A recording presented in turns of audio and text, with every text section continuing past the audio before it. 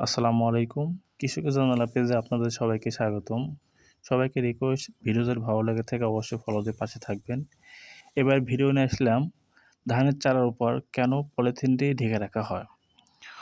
ধানের চারার উপর পলিথিন ঢেকে রাখার একটাই কারণ বর্তমান বাংলাদেশে প্রচুর পরিমাণ কুয়াশা আবৃত হচ্ছে। বড় মৌসুমে ধানের চারা যখন রোপণ করা হয় বীজতলায় তখন আপনার দেশে প্রচুর কুয়াশা বা শিশির পড়ে। তো শিশির বা কুয়াশার কারণে ধানের চারা নষ্ট হয়ে যায়।